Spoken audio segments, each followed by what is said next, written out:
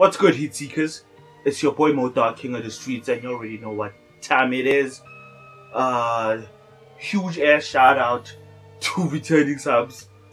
Huge shout out to new viewers of the channel. Huge shout out to everybody that likes my videos, comments, that has hit the notification bell. Just know your boy Mo really appreciate that. I really mean it. I'm just not recording. Word today's loaf. Not a shout out has to go out to SNK and Street Gym, my boy here. Keep your boy laced. Keeping Soweto laced. Keeping everybody's feet fresh. And this week is no different. They tossed me another page to review. Actually, I chose this page. It's been sitting on the shelf for I believe 7 months now. It's been just sitting, and I'm also guilty of not directing the narrative where it's supposed to be with reviewing sleepers, but that's what I do. But this is long overdue. I should have reviewed y'all see them already, the Adidas Top 10. I should have reviewed these a long time ago. I should have reviewed the OGs. They also have the OGs of the Adidas Top 10. This is a shoe dropped in 1979. It's way older than me. It's Adidas's closest competitor, this is what I believe, to the Air Jordan 1 OG High. And without further ado, 3, 2, 1, bang, bang. This is the Adidas Top 10 Hi, and this is in the white, burgundy, and white colorway. What y'all think? Tell me what y'all think. These are sleepers. If I were to rate these out of 10, this is a solid 8. This is a great retro of a sneaker that was released in 1979. The reason why it's called the Top 10 Hi is because at the time of release of this silhouette and the OG colorway is that they had given the top 10 best players in the NBA at that time this shoe to wear. So you can imagine the history behind this particular silhouette. Way older, significantly older than the Air Jordan 1 Retro High OG. This is older, and you can tell already by the construction of the shoe that it's a dated sneaker.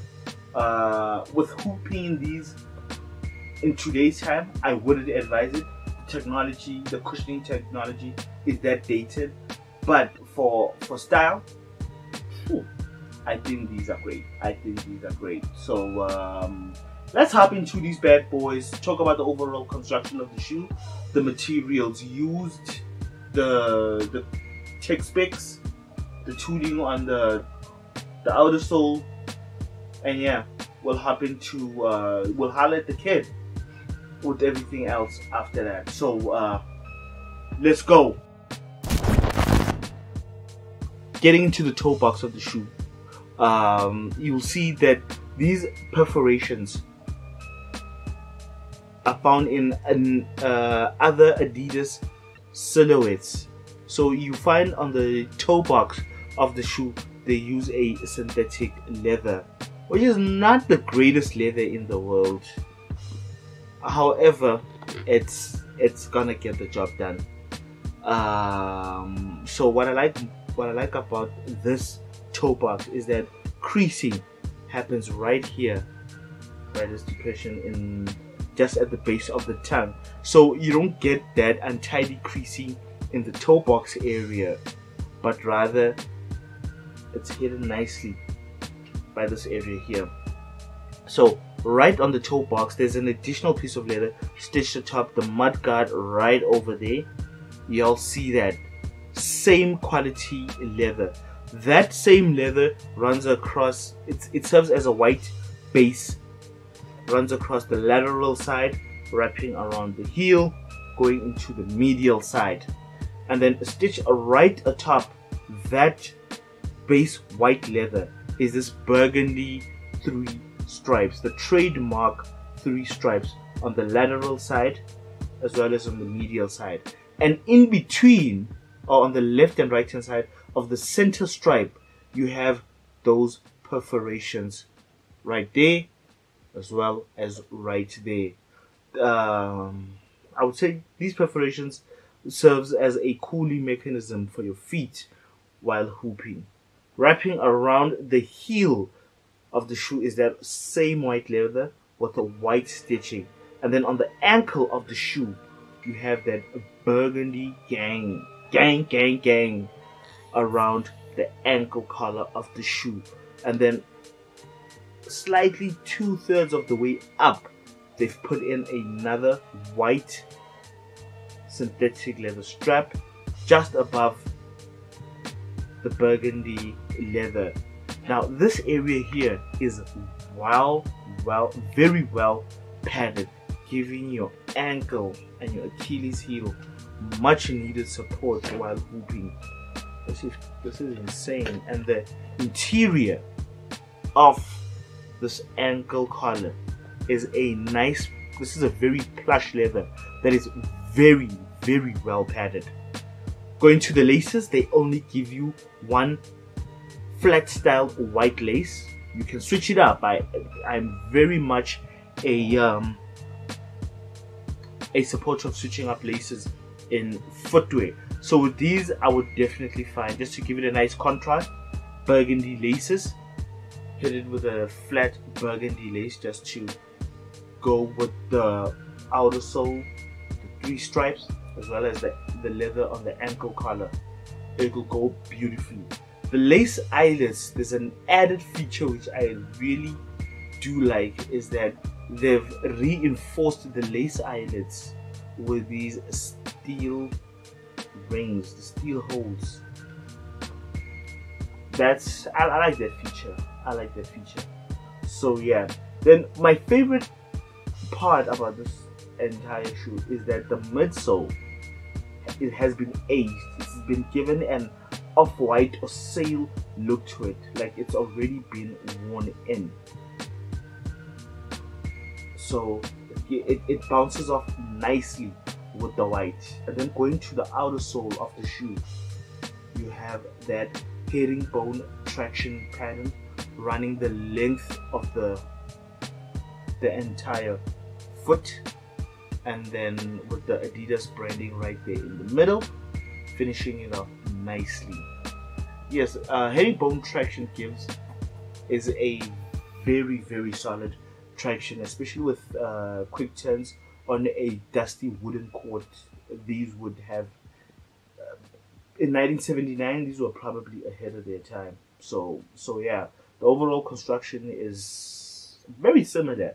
The Jordan 1 is very similar to it, and I believe Adidas is underutilizing this shoe. I did forget one other feature of the shoe, is that the tongue is very well padded. It's a nylon tongue behind. On top of the nylon, you have a white synthetic leather, and then stamped right atop at the top of the tongue, you have that Adidas Originals logo, as well as Top 10, and then you have a ring and the net of the basketball hoop with Top 10 on the star. So that's the overall construction of the shoe. But like I was just saying, Adidas is underutilizing this shoe. This shoe should be dropping several times within the year in different colorways with very good materials. Not just good materials with regards to leather, the plushness of the leather, but also different other materials like suede, nubuck. I know the OGs did have a touch of a suede material right here on the mudguard of the toe box, but they shouldn't just stop there.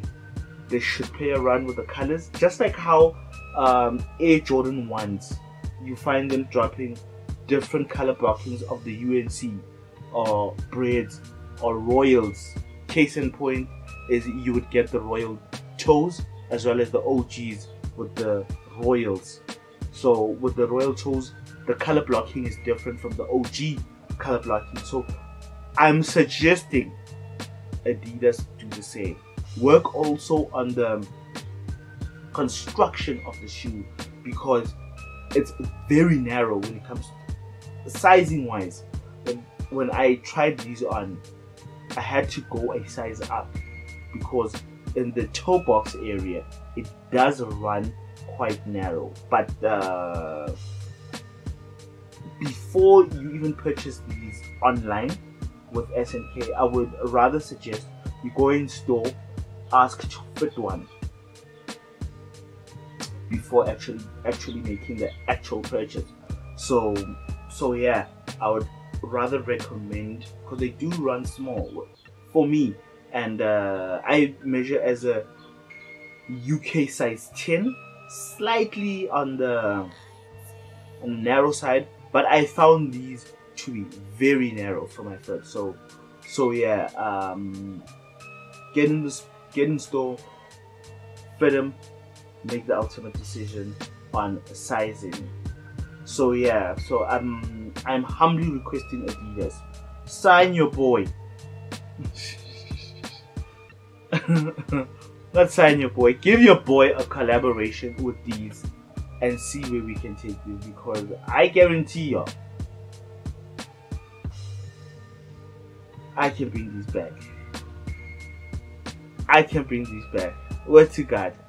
So another dope feature with these is that on the lateral side only of the midsole, you find that Adidas logo right there in a rectangular box. Nice details. Shoe from 79, and a lot of history behind it, and Adidas is just not capitalizing on that. A lot of money to be made for Adidas with this silhouette here. I've gone a step further. I've taken some B-roll shots of the shoe alongside the Air Jordan 1 bloodline, just to show you how close these can be, and the potential behind these, and what Adidas can actually do with these, with continuous retros and switch up in color blocking.